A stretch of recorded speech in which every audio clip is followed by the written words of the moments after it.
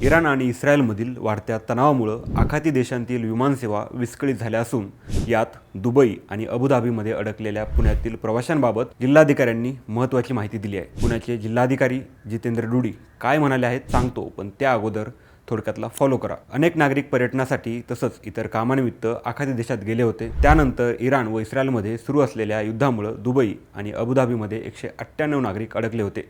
त्यापैकी 111 प्रवाशांना पुण्यात सुखरूप परत आणण्यात आलं आहे, अशी माहिती पुण्याचे जिल्हाधिकारी जितेंद्र डुडी यांनी दिली आहे। 198 नागरिकांपैकी 111 नागरिकांना पुण्यात सुखरूप आणण्यात आलं असून इतर नागरिकांच्या विमान उड्डाणाची वेळ बदलल्यानं 54 नागरिकांना परत आणण्याची प्रक्रिया सुरू आहे। दुबईत गेलेल्या प्रवाशांचे नातेवाईक संपर्कात असून प्रवाशांची संख्या वाढत असल्याची माहिती त्यांनी दिली आहे। नागरिकांनी घाबरून न जाता प्रशासनाशी संपर्क ठेवावा असं आवाहनही जिल्हाधिकारी जितेंद्र डुडी यांच्याकडून करण्यात आलं आहे। इराण इस्रायल युद्धामुळे अडकलेल्या नागरिकांच्या सुरक्षेसाठी सरकारनं अजून काय करायला हवं ते कमेंटमध्ये नक्की कळवा आणि अशाच अपडेट्ससाठी थोडक्यातला इंस्टा व फेसबुकवर फॉलो करा आणि यूट्यूब चॅनलही सबस्क्राईब करा।